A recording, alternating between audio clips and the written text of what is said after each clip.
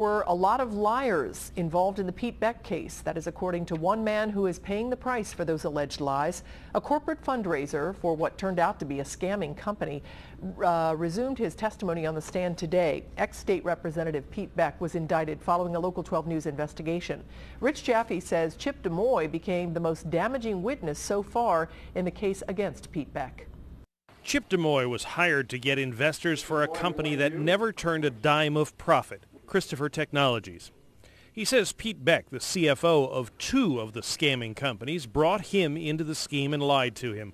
But Beck's frustrated lead attorney, Ralph Conan, wanted DeMoy to point the finger at Beck's business partner, Tom Lysett.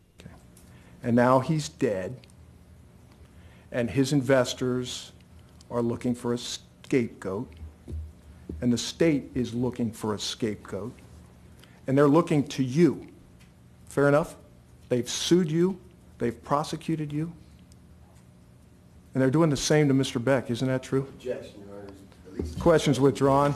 His indictment had DeMoy as a participant in an ongoing criminal enterprise. The word participant, an unknowing participant, I believe would be an accurate statement, sadly. In Mr. Lysett's scheme?